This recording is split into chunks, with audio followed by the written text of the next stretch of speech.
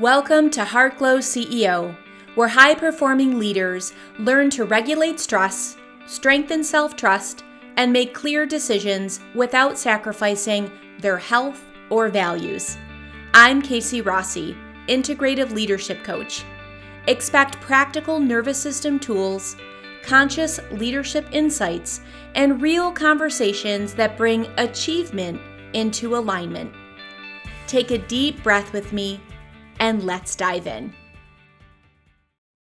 Hello, and welcome back to Heartglow CEO. Today I'm very grateful as I sit at my desk. The sun is beaming through, the air is clear. I have a hot cup of coffee and the birds are chirping in the background. And I thought it would be a good idea to pop on the mic and share with you a couple of thoughts I've been having regarding being in limbo. I see a lot of leaders right now in two different seasons where they have one foot in one spot and one foot in another. So it's really a season when leadership feels like standing with one foot in two different worlds. Now, you may be deciding whether to stay in your organization or begin looking somewhere else. Perhaps the structure around you is changing. Positions are dissolving, new roles emerging. I had one leader that said, I think this is my third title change in a year. Her head's spinning, and no one quite knows what the final picture will be. For some nonprofit leaders, the uncertainty could be tied to funding. A grant decision is still pending. A program may continue, shrink, or disappear. Staffing questions are already surfacing, even though the financial picture is incomplete. And the limbo may be personal. New motherhood has changed your energy and priorities. An aging parent needs more support. A health concern, a relationship shift, or family transition. All of those can reshape what you can realistically give. Nothing is fully settled, yet the meetings continue. People still need direction and decisions still have to be made. I just want to name something here. It's challenging to lead when part of you is focused on today and another part is trying to figure out where you'll land. That experience has been on my mind because I see so many thoughtful, capable leaders living inside it right now. They're showing up, they're doing the work. From the outside, they may appear steady and engaged, although when they get in a safe, confidential container, internally something is much less anchored. I think of this as split presence. Part of you is in the conversation, listening to your team or working through the next decision, and another part is watching for signs or symbols or clues, running scenarios and trying to prepare for several different futures. Will my role still exist? Do I even want it to? Can the organization sustain this program? Is this a temporary season or is something larger changing? Can I continue leading at this pace while caring for the people who need me? These are not signs of weak leadership. They are real questions, often touching identity, security, purpose, and belonging all at once. And I know because you're listening to this that you're most likely familiar with Abraham Maslow's hierarchy of needs. So I just want you to think about that. When you start to think about those questions that I shared with you, they are tied to your security, purpose, and belonging. These are basic human needs. The strain comes from trying to remain fully present while your mind is also overtime in creating certainty. A delayed email can suddenly feel meaningful. A new reporting structure may seem like evidence of what's coming. So insert projected future doom, okay? An unexpected meeting invitation can set off an entire story before the conversation has even happened.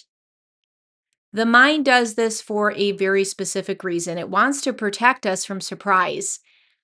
Still, when too much attention moves into imagined futures, it becomes harder to work with what's actually here. You may hesitate to bring something because you're unsure of whether you'll be around to finish it. Perhaps you take on even more, hoping that Exceptional performance will make you indispensable. Some leaders begin emotionally stepping away long before they have made a conscious decision to leave. That's one of the hardest ones when apathy starts to set in. Others stay physically present while their energy is already checked out. It's already somewhere else. These are the challenges of split presence. It pulls at both sides. Moving forward with confidence feels difficult, but standing still doesn't feel restful either. Can you relate? Most traditional leadership guidance assumes like a relatively stable ground. Clarify the vision, make the plan, commit to the next step. But limbo. So let's just look up the definition of limbo. Limbo is defined as an intermediate, uncertain state of being, transition, or prolonged inactivity. Being in limbo means progress is halted, decisions are pending, or a situation is unresolved. So, limbo asks us for a different kind of leadership. It doesn't always need a quick answer. Sometimes it needs enough steadiness to stay honest in relationship with what's unfolding. I think part of it really begins by naming it. So bringing this radical honesty to yourself about it first. And maybe it's just my role's changing and I don't know what that means. Or I care about this organization, but I'm also wondering if it's still a good fit for me. Or my responsibilities outside of work have increased and the way I've been leading, I can't do it anymore. It's not going to be sustainable. There's something very grounded about clear language. It reduces the energy spent trying to act as though everything's fine. You're fine. It's fine. I guess I'm fine. So when we get to clearly be honest and name it, something happens. It changes the perspective. It also changes part of your nervous system. It gives your nervous system an opportunity to exhale. From there, it helps to separate what's true today from what's still taking shape. The organization may be restructuring, that's true. Your position disappearing may still be a possibility rather than a fact. The grant has not yet been approved, that's true. The program closing is one possible outcome, but it has not happened. Your capacity has changed, that may also be true. It doesn't automatically mean that your career, contribution, or leadership is ending. Do you hear how these distinctions are simple but important? When every possibility is treated as though it's already happening, the body starts to stay in a state of constant preparation, bracing. You actually may even see this coming up inside your system. You may be clenching your teeth. You may be getting chronic headaches. You may be feeling an upsettedness in your stomach for no reason. These are signs that your body is in a state of constant preparation. You can remain aware of what may be coming without living inside every possible version of it. So here's the thing. Let's just look at this. What would it look like if a shorter decision horizon was a part of this as a solution? So during a period of uncertainty, asking yourself to map out the next 5 years, that's going to create way more pressure than clarity. Let's think of another more helpful question. What can I commit to with integrity for the next 30 days? And honestly, if you're in crisis mode, how about what does it look like to be aligned in this Monday through Friday? Maybe you block it down into a week. And you know what? There's no shame in blocking it down to a day. How do I show up as my best self present today? Perhaps you can lead the current initiative well without making a promise about how long you'll remain. You may begin exploring other opportunities while continuing to serve your team responsibly. At home, the next step might be requesting more support. adjusting your schedule, or simply gathering information before making a larger change. A shorter horizon doesn't mean that you lack vision. It means you're making decisions that match the information available now. I want you to hear that. There's also an identity piece to limbo that often goes unspoken. When a new role becomes uncertain, it can shake more than a career plan. It can affect how you see yourself. Titles, roles, organizations, they can become closely connected, if not intertwined, with identity, especially for leaders who care deeply about their work. An organizational change may alter where your strengths are expressed, but it doesn't erase them. Your ability to build trust, make thoughtful decisions, communicate clearly, and care for people remains with you. No one can take that away. Those qualities are not owned by a job title.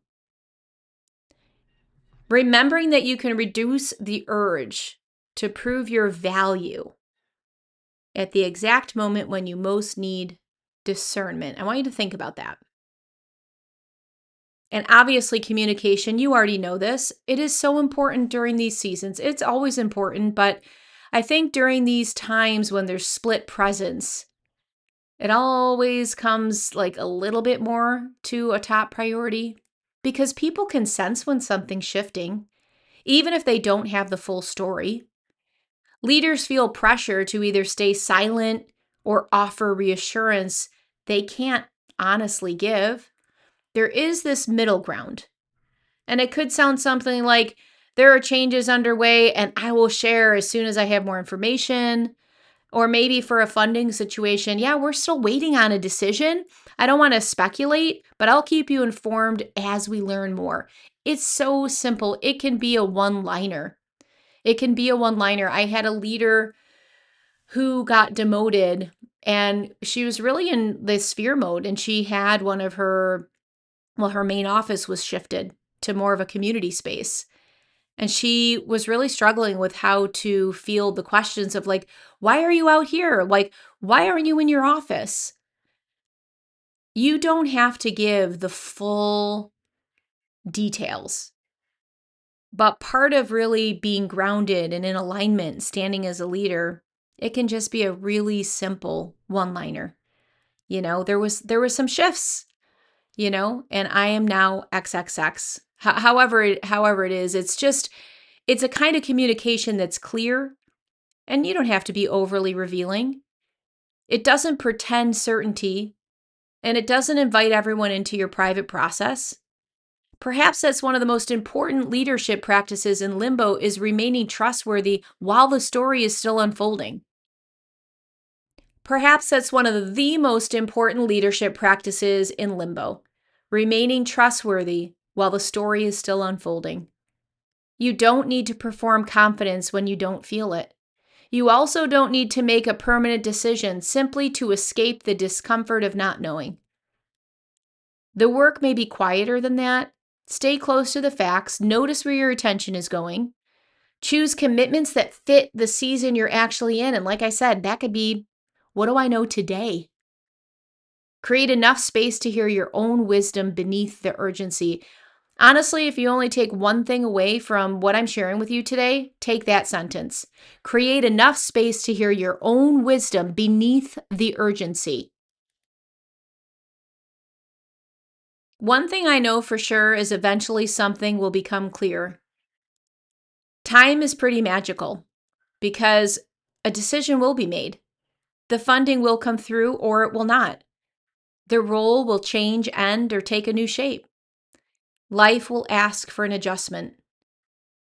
Until then, leadership may look less like pushing forward and more like learning how to stand with both feet in the present, even when the future remains unfinished. Limbo is not empty space. It is a real season of leadership, and it deserves a way of leading that is honest, grounded, and human. Please give yourself that gift. Please take a moment, a breath, even a day off to give yourself grace as you start to navigate these seasons in a way that feels good to you, in that heart-centered way, all the love that you give people in your mission, just take a moment to turn it right around and give it to yourself. That is my invitation for you today. Thank you so much for listening. If you want to leave any comments, you can head on over to lovethepodcast.com/brilliance. Thank you so much.